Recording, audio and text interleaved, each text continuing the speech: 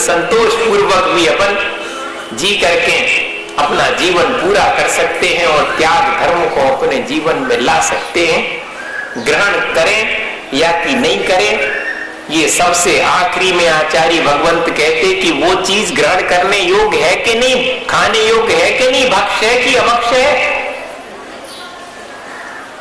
मेरे ग्रहण करने योग्य है कि नहीं है। ग्रहण करने का तो भाव है, लेकिन मैं विचार तो कर लूं कि ग्रहण करने योग्य है या नहीं है। जो छोड़ने योग्य चीज है उसे तो छोड़ ही दूं, जो ग्रहण करने योग्य है उसमें भी कब तक ग्रहण करूं, किस तरह ग्रहण करूं, कितनी मात्रा में ग्रहण करूं, यह विचार ग्रहण करने योग्य वस्तु का भी करता है और ग्रहण करने योग्य वस्तु को ग्रहण नहीं करता। अगर इतना भी अगर कर ले तो त्याग धर्म उसके जीवन में ग्रस्त रह करके भी स्वाद आ सकता है कि कैसा होता है त्याग। भाई अपन इस तरह अगर इस त्याग को अपने जीवन में अंगीकार करें और प्रति उपकार की भावना ना रखें। आखिरी बात कि जो भी हम दान दें, जो भी हम त्याग करें, उस त्याग के स्वरूप मुझे कुछ प्राप्त हो, दूसरे से मिले, इस तरह का भाव, इस तरह की अपेक्षा अपने भीतर ना रहे। एक गंग कवि थे और रहीम खान खाना थे, राजा थे रहीम खान खाना नाम था उनका। वो गंग कवि बड़े प्रसिद्ध थे, उनकी कविताएं बड़ी प्रसिद्ध थी, लेकिन उनकी स्थिति बड़ी कमजोर थी। इस बात का विचार राजा को आ गया, सो राजा ने उपकार करने के लिए अपनी धन संपत्ति गंग कवि के यहां पर रातों रात भेज दी। लोग तो हल्ला करके वीडियो बनवा के दान देते हैं। देखो विचार करना, उलाना नहीं दे रहा हूं, लेकिन अपन विचार करें कि कितनी आसक्ति अपनी है, हमें वो कम करनी चाहिए। हम उसे और पुष्ट करते रहते हैं, लेकिन रहीम खान खाना ने रातों रात इतनी गाड़ियों में धन भेजा, गाड़ी के ऊपर गाड़ियां उनके घर पहुंचे और खाली करके चले आए धन संपत्ति। तो गंग कवि ने 2 लाइनें लिखी और राजा को समर्पित की कि कहां सीखे नवाब जू ऐसी देनी देन, ज्यों ज्यों कर ऊपर करो त्यों तो नीचे लेन। आपके भीतर तो विनम्रता आती ही चली गई, नयन झुकते चले गए, आपका हाथ देने के लिए बराबर खुला रहा। कहां आपने ऐसा देना सीखा? सो रहीम खान खाना भी कम नहीं थे, उन्होंने 2 लाइनें लिख करके गंग कवि को भेजी। देनहार को और है देत रेत दिन रेन, लोग भरम मुंह पे करें ताते नीचे लेन।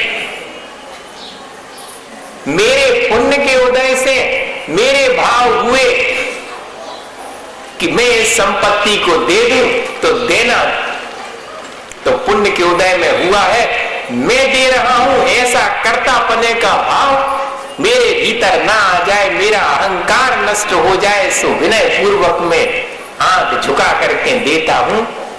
देने वाले का हाथ तो उस परोपकारी वृक्ष की तरह है जो निरंतर देता रहता है, लेकिन फिर भी फला फूला रहता है, हरा भरा रहता है। किसके लिए?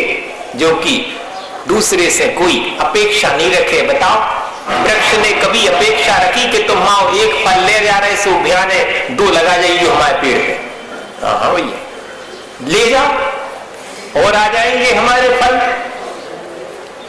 इस तरह का भाव अगर अपने भीतर दान देते समय आ जावे तो दान में विशेषता या त्याग में विशेषता अपने आप फलीभूत हो जाती है। लेकिन अपन जो त्याग करते हैं, जो दान देते हैं, उसमें अपने भावों के भीतर या तो अहंकार या संक्लेश कर लेते हैं, तो दान सार्थक नहीं होता। अपन विचार करें कि प्रति उपकार की भावना अगर अपने भीतर नहीं है तो अपना दान सार्थक है। वास्तव में तो दान रत्नत्रय का होता है, जो कि मुनि जनों के द्वारा निरंतर सम्यक दर्शन ज्ञान चारित्र का उपदेश दे करके जीव को रत्नत्रय धर्म की प्राप्ति कराने के लिए प्रयास किया जाता है। वो श्रेष्ठ दान है। जी भौतिक चीजों के दान को आचार्य भगवंतों ने विशिष्ट दान नहीं माना। एक जेल में एक नेताजी गए, कौन नेताजी तो नहीं बैठे, वैसे होंगे ना, कौन आप नहीं है कमाती में तो नेताजी थे। सो वो गए उसमें जेल में, सो उनने देखा कि सबरे कैदी ठीक से भोजन ही नहीं मिल रहा इनको। अब की जेल की बात है ना कि पुराने जमाने की चल के रहे हम, अब तो सब प्रकार की 5 स्टार की सुविधाएं भी हैं जेल में, सुनी है हमने। अब उनको जब लगा कि भोजन नहीं है तो जेलर से कहा कि हमारी तरफी से सब कैदियों को बढ़िया भोजन खिलाया जाए। दूसरे दिन पेपरों में निकल गया कि नेताजी जेल में पहुंचे और उन्होंने सब कैदियों को बढ़िया मिष्ठान बंटवाया। बड़ी प्रशंसा नेताजी की। दूसरे नेताजी ने सोची कि अरे वाह, इनने तो अपना दांव जीत लिया। 8 दिन बाद वे भी पहुंचे जेल में। उन्होंने कहा अकेले भोजन से क्या होता, सब बीमार सीमार तो कितने जने हैं, हमारी तरफ से सब औषधि दिलाओ, सबको सबका इलाज करवाओ। अब उनका और बड़े बड़े अक्षरों में आ गया ना कि भैया इनने तो सबके इलाज के लिए अच्छा डोनेशन दिया। उनकी भी जय जयकार हो गई। तीसरे वाले जो चुप बैठे थे उनने कही जी तो 2 ही सबरों लूट लो, इनने हमें कछु नहीं बचो, हम भी जाएंगे। सो वे भी पहुंचे जेल में। सो उन्होंने कहा कि अकेले भोजन से और औषधि से क्या होता है, इतनी ठंड पड़ी है, पहनने ओढ़ने के लिए कैदियों के पास ढंग से कपड़े नहीं है, हमारी तरफ से एक कंबल बंटवा दिया जाए सब कैदियों को, ले साहब। दूसरे दिन बड़े बड़े हेडिंग्स में निकला कि नेताजी ने कंबल बंटवाए कैदियों को। चौथे दिन एक भिखारी, नेताजी नहीं भिखारी, वहां से निकला जेल के सामने से। उसने कहा कि मैं तो सिर्फ यही भावना भाता हूं कि इन कैदियों को जेल से मुक्त कर दिया जाए। कोई ने नहीं सुना, न पेपरों में छपा। कैद में रख करके और सब सुख सुविधाएं दे देने को अपन दान मान रहे हैं, लेकिन कैद से मुक्त करने को अपन श्रेष्ठ मान ही नहीं रहे हैं। रत्नत्रय की प्राप्ति जिससे संसार से मुक्त हो जाए उसे अपन कहां श्रेष्ठ मानते हैं। इसी संसार के विषय सुख में कैद होकर के और बढ़िया बढ़िया चीजें देने को ही अपन श्रेष्ठ मान रहे हैं, उसी दान को। वास्तव में तो दान रत्नत्रय का ही श्रेष्ठ है, ऐसा आचार्य भगवंतों ने लिखा।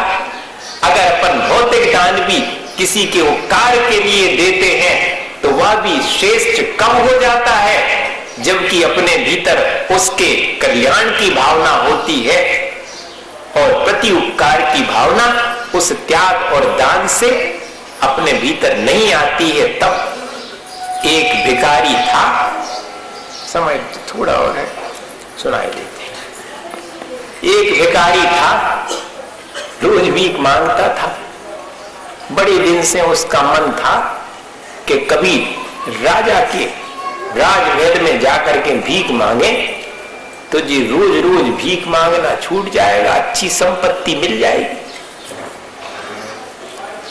सो रोज भीख मांगने निकलता और भीख मांगने से पहले बोनी ने गड़बड़ हो जाए, मांगी और नहीं दी अगर कोई ने तो पहले ही एक मुट्ठी चावल अपनी झोली में डाल के निकलता था, खाली नहीं है।